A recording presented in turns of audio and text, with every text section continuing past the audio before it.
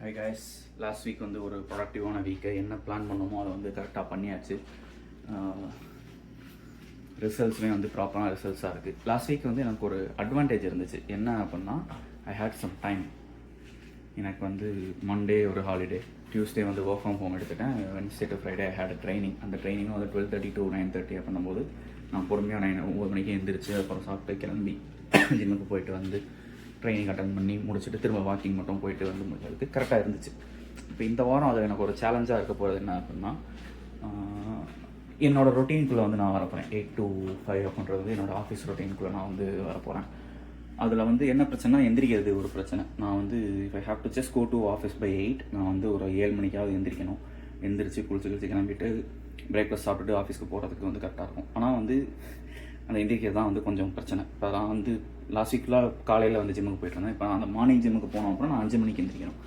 5 மணிக்கு எந்திரிக்கிறது பிரச்சனை இல்லை. ஆனால் எனக்கு வந்து தூக்கம் வந்து நான் இது பண்ணுறதே வந்து ஒரு 1 to இந்த ரேஞ்ச் வந்து ஆயிரும். ஸோ வந்து 3 to 4 hours ஸ்லீப்பில் போகிறதுன்றது வந்து it was not advisable by my trainer. So வந்து நான் அந்த குறைஞ்சபட்சம் ஒரு 6 to 8 hours ஸ்லீப் பண்ணுறது வந்து மெயின்டைன் பண்ணணும் பண்ணும்போது, so I have to plan something. அது என்ன பிளான் பண்ணுறேன் அப்படின்றது, நாளைக்கு தான் என் ரொட்டீன் எப்படி இருக்குது அப்படின்றத நான் செட் பண்ணணும் by using the 10-minute rule.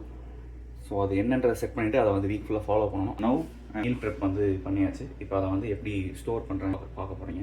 இந்த வாரம் வந்து 1550 தான், 150 கேலரிஸ் இன்னும் கம்மியாக இருக்குது. அது இந்த மீல் ப்ரெப்பில் உள்ள கீயே என்ன அப்படின்னா, ப்ராப்பரான இதை எப்படி செப்பரேட் பண்ணி 3 வேலையாக பிரித்து சாப்பிட்றோம் அப்படின்றது தான்.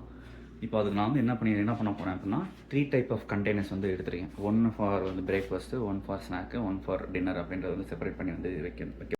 இது வந்து என்னோடய லன்ச்சு, டின்னர், ஸ்நாக். இதுதான் மெயினான ஐட்டம். வந்து வெஜ்ஜீஸ் தான். இதில் என்ன இருக்குது அப்படின்னா, per day 100 grams potato plus வந்து 200 grams வந்து மிக்சடு வெஜ்ஜீஸ். 6 டேஸுக்கு வந்து 600 grams பொட்டேட்டோவும் வந்து மிக்சடு வெஜ்ஜீஸும். இதிலேருந்து ஒரு கரண்டி வந்து லஞ்சுக்கு, ஒரு கரண்டி வந்து டின்னருக்கு அப்படின்னு எடுத்து வச்சிருவேன்.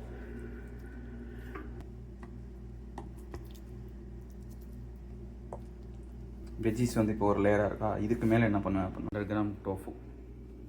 இதையுமே வந்து குக் பண்ணுறதுக்கு முன்னாடி நான் வந்து என்ன அளவு பண்ணுவேனே தவிர அடுத்து பண்ண மாட்டேன்.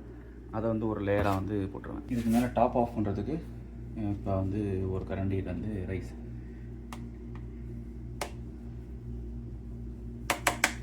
இதுதான். ஸோ வந்து நம்மளோட லஞ்ச் ரெடி.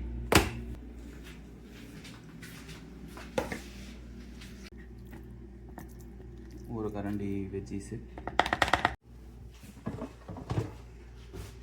ஒரு லேயர் டோஃபுக்கு பதிலாக ஒரு லேயர் வந்து சோயா சங்க்.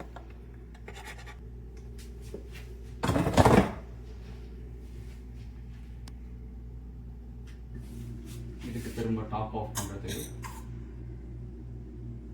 அதே மாதிரி ஒரு கரண்டி வந்து ரைஸ்.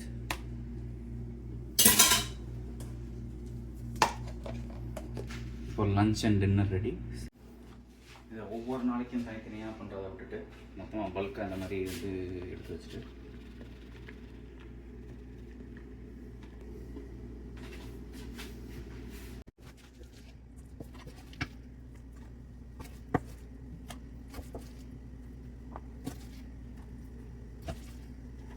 வந்து 100 grams தான்.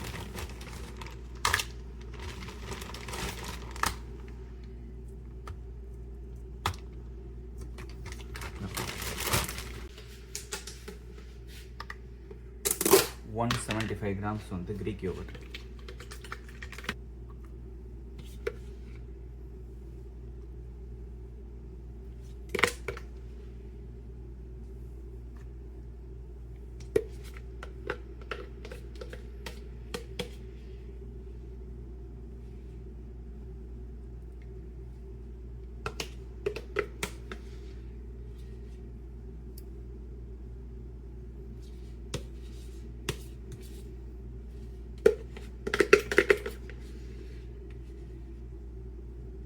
Lunch, snack, dinner.